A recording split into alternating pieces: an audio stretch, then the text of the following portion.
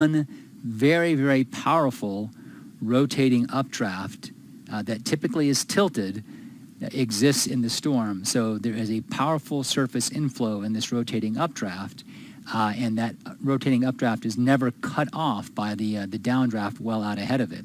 So you need a very strongly sheared environment. And if you look at the illustration on the left, we see surface winds from the south and mid-level winds from the north, and that very strong shear, so strong winds aloft, weak winds at the surface, north winds aloft, south winds at the surface, speed and directional shear create literally these rolling tubes of air on the ground. Now these rolling tubes of air, you can't see them, it's just where the air is generally going up and down in the cellular pattern, up and down a long tube, and it may not even be that strong, but it is a rolling tube of air.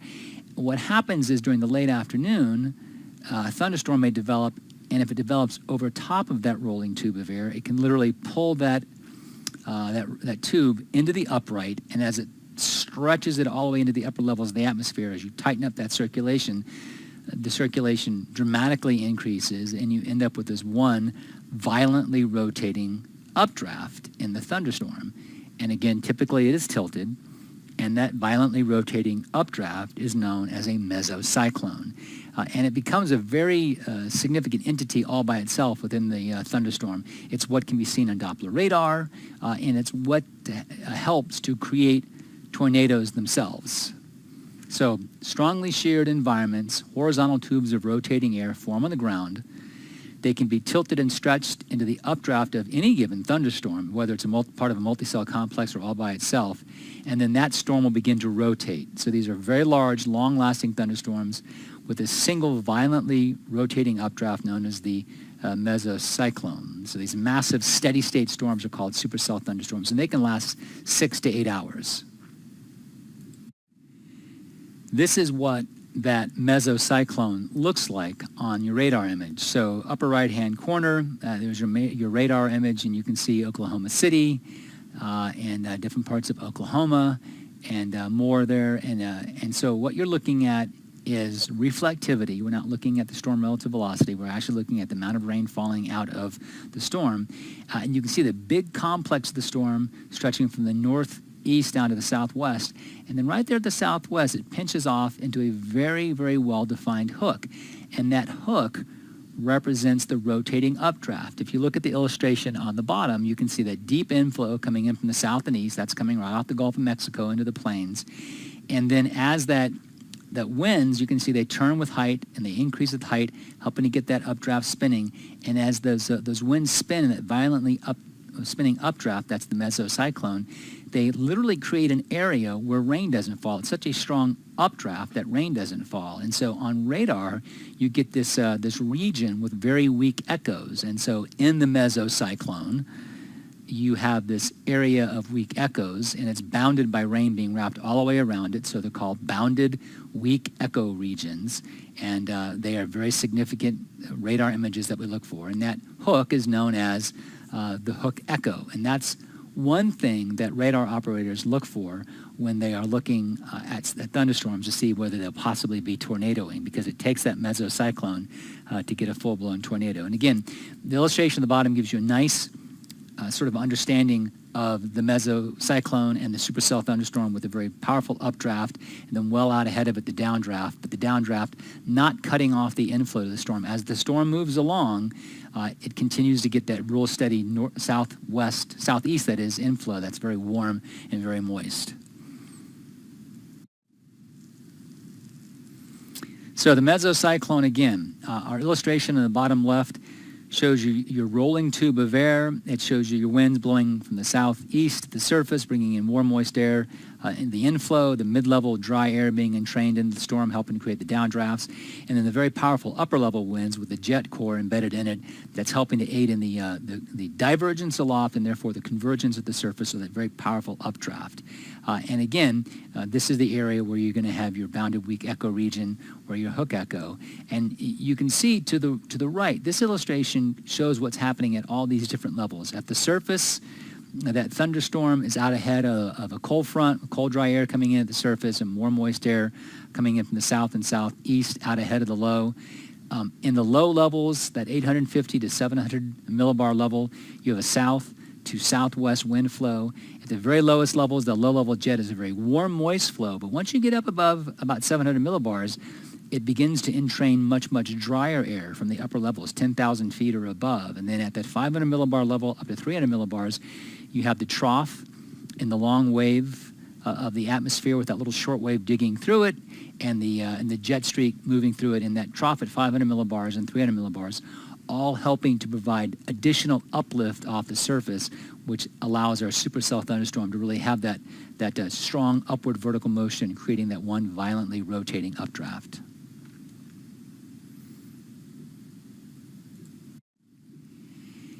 Here is a nice illustration of your sort of standard supercell thunderstorm, all the basic components in place. Your violently rotating updraft, that is the mesocyclone, which can be as much as 5 kilometers wide. You have the downdraft well out ahead of it, the forward flank downdraft, and where you have a very heavy rain, perhaps some hail. The gust front that is moving well out ahead of the thunderstorm itself, which is helping to provide additional thunderstorm development. You have the anvil top at the tropopause, which underneath it you're getting some virga, but you're also getting some mantis that develops as that rain falls out of those upper levels. The anvil top at the tropopause, the overshooting top up into the stratosphere, indicating just how powerful the storm is. We see surface inflow from the south and southwest, and then in the mid-levels into the upper levels, those winds become stronger, helping to tilt that updraft into the vertical. But here's a concept that we haven't discussed yet. That updraft is so powerful that winds literally don't blow through it. It becomes like just a spinning column in the atmosphere. So those powerful upper level winds that are coming in from the west and the northwest, they literally strike that updraft. And some of the winds are deflected around it, but some of those winds can't go through it, and they just go straight back down. So the forward flank downdraft is a function of rainfall, some cold, dry air being entrained into it, with the cold air rushing to the surface and rainfall and hail. But that rear flank downdraft is a function of very powerful upper-level winds striking the mesocyclone and then rushing down. And even though this illustration doesn't show it, sometimes that rear flank downdraft begins to rotate itself. And in the space between the mesocyclone and the rear flank downdraft, a mid-level, so we're talking 500 millibar, 5,000 meters up, a mid-level vortex can begin to develop, and that rear flank downdraft literally pulls that vortex down the surface. And when that vortex exits the bottom of the cloud, you get a wall cloud and then eventually a funnel cloud, and with that funnel cloud touches the ground, then you have your full-fledged tornado. Here's a great photograph of a supercell thunderstorm that has formed in a very dry environment. So this would be a low precipitation supercell thunderstorm. The cloud base is very, very high. This is somewhere out in the plains. There's just not enough moisture, but all the other components are in place.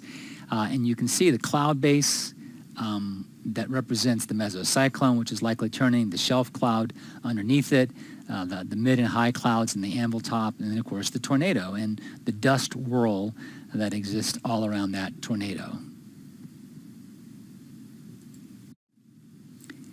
And one more illustration giving you more of a top-down view of that supercell thunderstorm, where you can see that anvil top and the winds aloft coming into the back of the mesocyclone, creating that rear flank downdraft. And in this illustration, some indication of that rear flank downdraft beginning itself to rotate.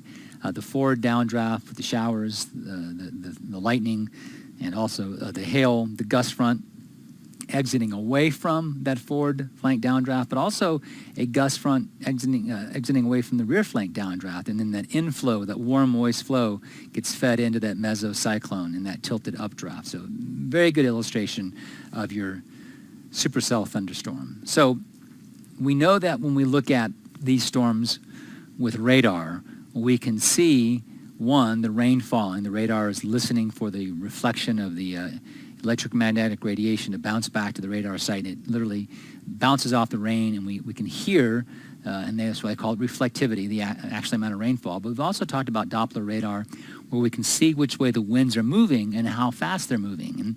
And so it's that Doppler radar that can see that 5 kilometer across mesocyclone, and they're not all that big, and some are actually bigger. But on one side of that mesocyclone, it can see the winds moving away, the Doppler, And on the other side, I can see the winds moving toward the radar site. And it's where we have those signatures on radar. We know we have a mesocyclone. We also have the addition of being able to see the hook echo on the reflectivity. And that is when we get what we call a tornado vortex signature, or the radar algorithms of the radar recognize the spinning of the wind and the hook echo, and they generate a tornado vortex signature, which lets us know that this particular storm may be tornadoing.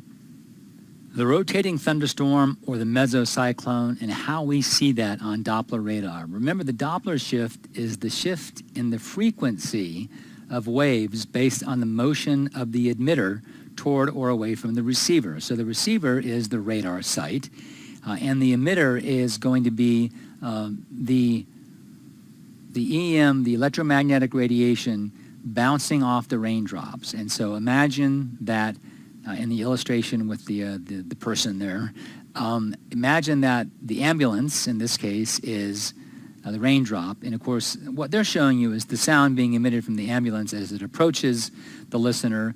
Those sound waves are scrunched together, and it's a higher frequency. And as it moves away from the listener, the sound waves are pulled apart, and it's a lower frequency. In the case of the raindrop, it's radiation bouncing off of the raindrop, going back toward the radar site, and that radiation coming back toward the radar site when the rain is moving toward the radar has a higher frequency, and where the rain is moving away from the radar, it has a lower frequency. And when we have the radar using the Doppler effect, listening to those frequencies and not looking at the reflectivity of the amount of rain, then that's called velocity. And we'll take a look at a couple of radar images comparing the reflectivity, the amount of rainfall, to the velocity. So we'll start this slide with a look at my blue illustration at the lower right-hand side. At the top, the three little raindrops, the green little raindrops, they are moving away. Okay, the winds are moving away from the radar site. At the bottom, the raindrops are moving toward the radar site. On both illustrations, the wavelength of the electromagnetic radiation leaving the radar is the same. It's that white wavelength that has the same wavelength, the same frequency. At the top, where the raindrops are moving away, the wavelength coming back is shifted to the red, it's longer, and the wavelength coming toward the radar site is shifted toward the blue, and so it's going to be shorter. And that's how the radar sees whether the wind's blowing toward or away from the radar site.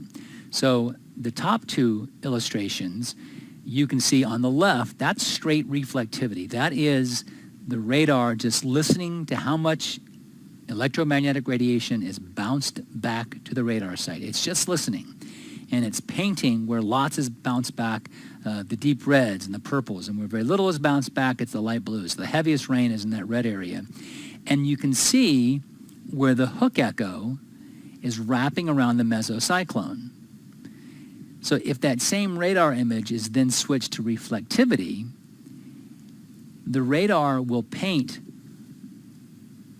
the winds moving away in these warmer colors, these reds, and the winds moving toward the radar site in these cooler colors, the greens and blues. And so if you look at that same location of where the hook is, you can see that we have very, very bright red moving away from the radar site in the top, and that very, very light green moving toward the radar site in the bottom. And what that's telling us is winds are moving away on the top and moving toward the radar site in the bottom. And that whole section of that storm is literally rotating. Now, if we look at the bottom picture, very, very similar, the reflectivity is showing us that hook echo where the heaviest rain is wrapping around the mesocyclone. And again, that area in there where there's not much rain, that is the bounded weak echo region.